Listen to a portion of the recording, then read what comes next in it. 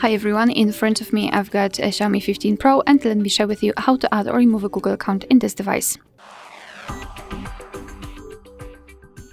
So let's start with opening the settings, and here we have to scroll down to the very bottom to find additional settings. Then let's scroll down, find accounts and sync, and tap on add account. Choose Google and make sure that you've got the internet connection because it is required.